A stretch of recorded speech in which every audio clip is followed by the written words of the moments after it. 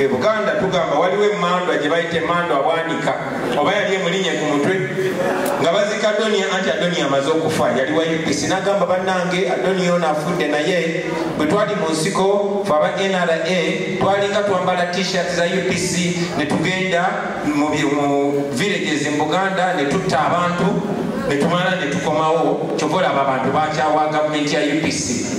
That is hate. That is sowing hate. That is sowing division. Era Abaganda ne bakyawa Obote, Abaganda ne bakyawa Abalamu n'Abakyoli kubanga Museveni yali ayagala twawukane era ne kimuyamba. Olutalo bwe lwaggwa Museveni yali akolaboratinze n'omusirikale gwe bayita Andrew Takome Kayiira naye yali freedom fighter. Museveni n'abayita ne bagamba tukwatagane. Kayiira n'akkiriza n'alekera Museveni obwa president n'afuuka minisita naye Kayiira baamukwata ne bamusiba mukomera ne bamugye ne bamukuba amasasi ne bamutta. Read about that story. But that is not the main story. What is the main story? Museveni yakwata abasirikale ba Kayiira bonna, majority of them baali Baganda. Teba incorporating a national army. Yakwata that entire group n'agideploying mu northern Uganda. N'aba ordering okutta abantu. One time nali nkyalidde ba elders b'Omwakyoli nga tugenza okubagiza okusasira family y'omugenzi Jacob Olanya. One of the elders n'anza kusayira n'agamba mwana wange mulina okukola ennyo mugyewo obukyayi buno. Because this was deliberate. Nambulira nti abasirikale abaali bakaira babaleeta wano ne batandika okutta abantu ne batandika okurepinga abakazi. I spoke to one of them abaali ye yali mukomera. But one of their seniors, Naja Nayogera Naimono Mukanda Yogera Nomuchonaka Muzi, this is not our way of doing things. But our soldiers are on orders to do that. To create hate. Abacholi Nebachawa Baganda, Baganda Nebachawa Acholi, and that continued. Katife, Pulibana, but we are inheriting that hate. Katinzana Kola, Kimusabeni Yajanga, Nina Nyakena. Nina blame, they have about Kebakola. Ononubiani musajja muto nekati naye ina hate they have northern. We as a generation must work so hard to stop that hate and unite our nation.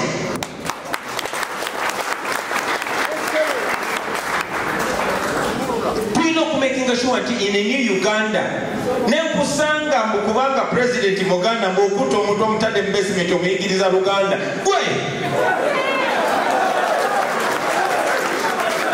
does not work. That is the only way we are going to be different. Fellow leaders, you must ensure in your words and in your action that we are completely different from the people we are fighting against. We don't make sure to live on fe Buganda tugamba waliwo emmandwa gye bayita emmandwa abwanika oba yali emulinye ku mutwe nga bazika Adonia anti Adonia amaze okufa yali wa UPC n'agamba bannange Adonia ono afudde naye bwe twali mu nsiko fe aba NRA twalinga twambala t-shirt za UPC ne tugenda mu villages mu Buganda ne tutta abantu ne tumala ne tukomawo kyovola abo abantu bakyawa gavumenti ya UPC. That is hate. That is sowing hate. That is sowing division. Era Abaganda ne bakyawa Obote, Abaganda ne bakyawa Abalamu n'Abakyoli kubanga Museveni yali ayagala twawukane era ne kimuyamba. Olutalo bwe lwaggwa Museveni yali akolaboratinze n'omusirikale gwe bayita Andrew Takome Kayiira naye yali freedom fighter. Museveni n'abayita ne bagamba tukwatagane. Kayiira n'akkiriza n'alekera Museveni obwa president n'afuuka minisita naye Kayiira baamukwata ne bamusiba mukomera ne bamugye ne bamukuba amasasi ne bamutta. Read about that story.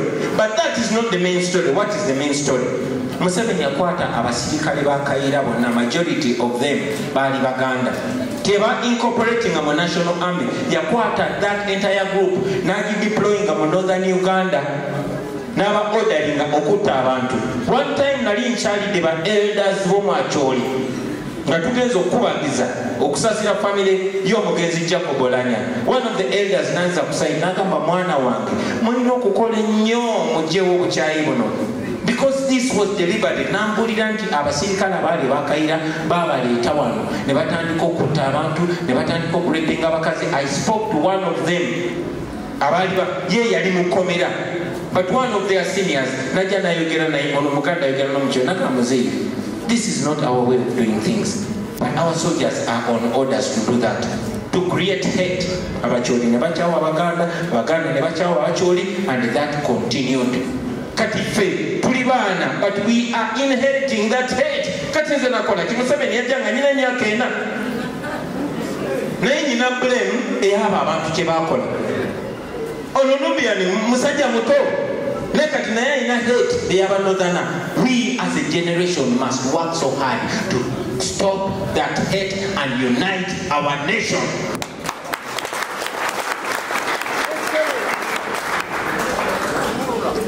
Making sure in a new Uganda nekusanga mbukubanga president Muganda mbukuto omuntu omutadde investment omuyigiriza Luganda gwe. That does not work. That is the only way we are going to be different. Fellow leaders, you must ensure in your words and in your action that we are completely different from the people we are fighting against.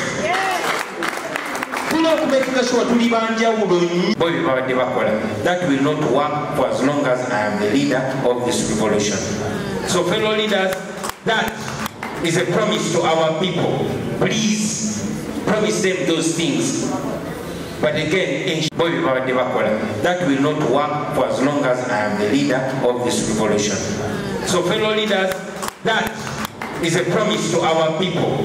Please promise them those things. But again, empowered. Finally, to you, my fellow leaders,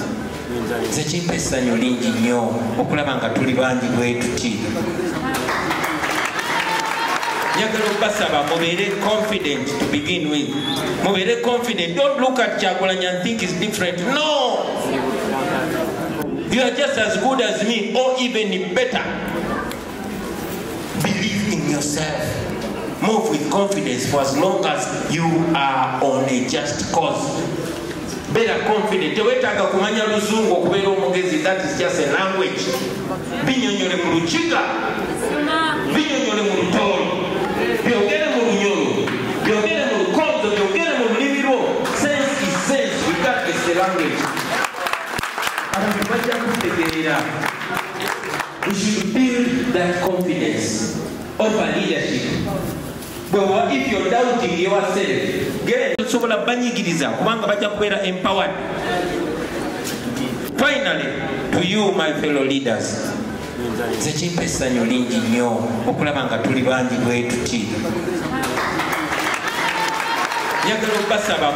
confident to begin with. Confident. Don't look at Kyagulanyi and think it's different. No! You are just as good as me, or even better. Believe in yourself. Move with confidence for as long as you are on a just cause. Better confident. That is just a language. Binyonyole mu Lukiga, binyonyole mu Lutoro, byogere mu Lunyoro, byogere mu Lukonzo, byogere mu Lulibiro. Sense is sense, regardless the language. We should build that confidence of a leadership. But if you're doubting yourself, get so that alone should show you I want to be this version. I want to be this version.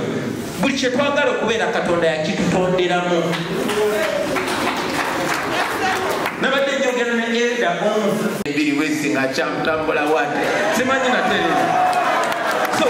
that alone should show you I want to be this version. I want to be this version.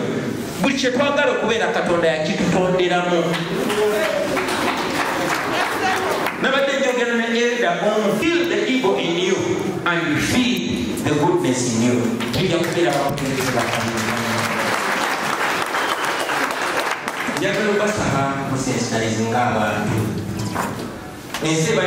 Museveni is not the first problem. No, we had HIV/AIDS. That was not even a bigger problem because it was centered in the center of pressure. It was a big problem. kusiriimu ng'abazadde mutuula mulya mmere n'ayogera kubanga kusiriimu. Feel the evil in you and you feel the goodness in you. Tujja kubeera bakutegeeza bakamira. Njagala obasaba musensitalize ng'abantu. Ensi ebadde n'ebizibu. Museveni is not the first problem. No, we had HIV/AIDS. That was not even a bigger problem because it was centered in the center of pressure. It was a big problem. Naye twatulanga twogera kusiriimu ng'abazadde mutuula mulya mmere n'ayogera kubanga kusiriimu. It is send this message everywhere. Oba ku stage ya bodaboda emboozi za Arsenal ne Man U ezo z'abapala. Emboozi za ani yakwanye ani ezo z'abapala. Emboozi kati eziriwo. It is send this message everywhere. Oba ku stage ya bodaboda emboozi za Arsenal ne Man U ezo z'abapala. Emboozi za ani yakwanye ani ezo z'abapala. Emboozi kati eziriwo. Omanye ekyo abakabi be bamanya ebigenda mu maaso. Olina okumanya ebigenda mu maaso kuba sente zo, that is your money. Omutima gwo gulina okubeera sente zo weziri. Bakyali bange ezo sente zaffe. Kati kambabuuliremu bwe mukitwale nti Uganda eri wano. Ezo sente ze basolooza zonna mu nsolo. Ezo sente zaffe. Tusobola okusalawo nga bamutegere basalawo. Abakabi be bamanya ebigenda mu maaso. Olina okumanya ebigenda mu maaso kuba sente zo, that is your money. Omutima gwo gulina okubeera sente zo weziri. Bakyali bange ezo sente zaffe. Kati kambabuuliremu bwe mukitwale nti Uganda eri wano. Ezo sente ze basolooza zonna mu nsolo. Ezo sente zaffe. Tusobola okusalawo nga bamutegere basalawo.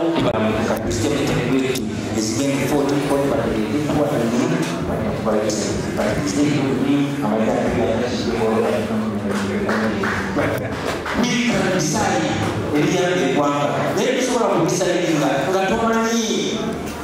Minisita ajja kujja apakinge ku stage ya boda abawere kubirikumi bamutwala. Ojja kusanyuka bw'oba tomanyi nti yadde biliyoni 10.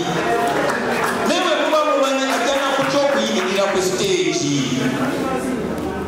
Bana amanya nti byoma amanyi bajja kutandika okulegerawo okusimba. So you must be aware. Sensitize our people, connect them to the governance, to the politics of their country.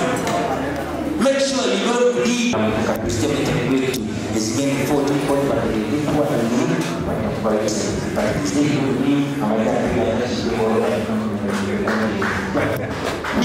Bisaayi eriyamba eggwanga naye tusobola kubisayiringa nga tomanyi. Minisita ajja kujja apakinge ku stage ya boda abawere kubirikumi bamutwala. Ojja kusanyuka bw'oba tomanyi nti yadde biliyoni 10. Naye bwe muba mumanyi ajjana kutya okuyimirira ku stage. Bana amanya nti byoma amanyi bajja kutandika okulegerawo okusimba. So you must be aware. Sensitize our people, connect them to the governance, to the politics of their country. Make sure you don't leave agenda. Make sure you introduce us there, because if you don't define yourself, somebody else is going to define you. Oteyogerako omulabewo agenda kwogerako. So abantu mbabuulire bannayfe tuli just bavubuka banyiivu. Bino si abavubuka, bino si abakadde, bino byaffe ffenna. Bino si abasajja nedda, si abakazi nedda, byaffe ffenna. Bino si tribe ero nedda, byaffe ffenna. Let people know what we are about. It is very, very important that our people understand us. Abantu abamu batuwagira bwagizi just lwakubanga tuneswaga. Ne baga abaana bwebanyumira mu beereti ne overall. Nange payo overall ne bamuga that is good. Kubanga tuli fashionable. Naye on top of the fashion, njagala abantu bamanye nti ate tulina reason banange bajja tumatira. Educate them, let them learn, offer them leadership. Agenda. Make sure you introduce us there. Because if you don't define yourself, somebody else is going to define you. So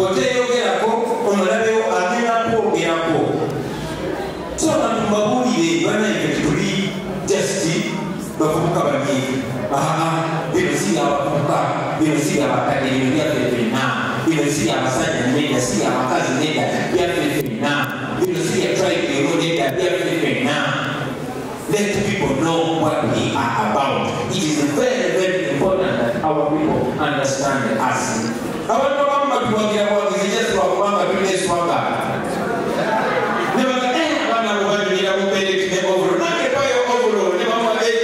That is good. We are to be fashionable. Now on top of the fashion, there are a money to be a reason. I don't know too much here. So please, inform them, educate them, let them learn, offer them leadership. Nyinza okulwawo nga sigenze kigezi ne bwe balaba Kyagulanyi Omukiga balaba byayogera nange benjogera. So Kyagulanyi Omukiga baba yogera ebituufu mbaseetaga na kutuukayo. So please be the Kyagulanyi wherever that. Nyinza okulwawo nga sigenze kigezi ne bwe balaba Kyagulanyi Omukiga balaba byayogera nange benjogera. So Kyagulanyi Omukiga baba yogera ebituufu mbaseetaga na kutuukayo. So please be the Kyagulanyi wherever out. I know you are challenged, especially financially. Very good. They are going to intimidate you. Some of you will be arrested. Make a woman arrested because out. I know you are challenged, especially financially. Very good. They are going to intimidate you. Some of you will be arrested. Make a woman arrested to silence that mouth. Please don't say loud. Akasente kebakuwa bagala kugula future yo. Bagala kugula future yo. Ate bamalo zikuwa bagenda ku exposinga bamaking sure ekyamaanyi kyobadde olina kye bayita credibility oba obwesigwa bwolina eri abantu buweddewo. They have done that to so many people. Muze mbalaba.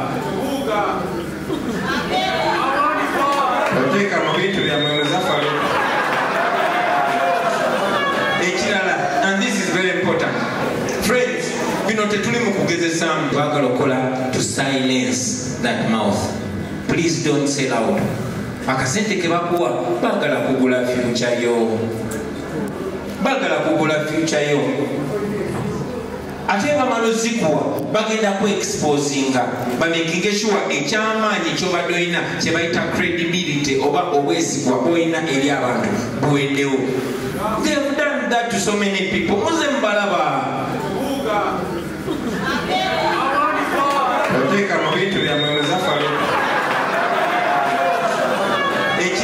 And this is very important. Friends, I charge you to go and dispatch this message. Because we are people power. Encourage them to go out and vote for you, the leaders that represent what we stand for. And at the end of the day, we are going to turn around our fortunes. Tugenda kubeera free. Tugenda kukyusa enotoro yonna. Tugenda kukyusa tourism industry. Tugenda kukyusa Western Uganda. Tugenda kukyusa Uganda. We are going to be a shining star in Africa. Tugenda kubeera ne president nga wakabi. Ngagenda mu UN.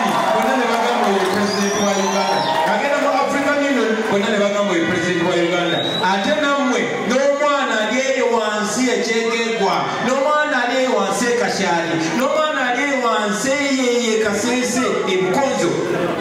Even the poorest kid must have the confidence nga bamubuuziza what you want to be agambe I want to be the president of Uganda. Kubanga ajja kuba yalabako omwana avudde mu ghetto n'ayimuka nakimekeka. So let us be the living example for the future and the generations to come, and there Katonda ajja tuwa the best. Mwebale nnyo okumpuliriza abasebo ne bannaayo. I charge you to go and dispatch this message. Muconnecting n'abantu because we are people power. Encourage them to go out and vote for you, the leaders that represent what we stand for. And at the end of the day, we are going to turn around our fortunes. bugenda kubeera free, bugenda kukyusa eno Tooro yonna, bugenda kukyusa tourism industry, bugenda kukyusa Western Uganda, bugenda kukyusa Uganda. We are going to be a shining star in Africa. Bugenda kubeera ne president nga wakabi ngagenda mu UN bonna ne bagamba ye president wa Uganda, ngagenda mu African Union bonna ne bagamba ye president wa Uganda. Ate nammwe n'omwana ali eyo wansi ekyegegwa, n'omwana ali eyo wansi ekashali, n'omwana ali eyo wansi eyeye kasese ebukonzo. Even the poorest kid must have the confidence nga bamubuuziza what do you want to be, agambe I want to be the president of Uganda. Kubanga ajja kuba yalabako omwana avudde mu ghetto n'ayimuka nakimekinga. So let us be the living example for the future and the generations to come, and there Katonda ajja tuwa the best. Mwebale nnyo okumpuliriza abasebo ne banyabo.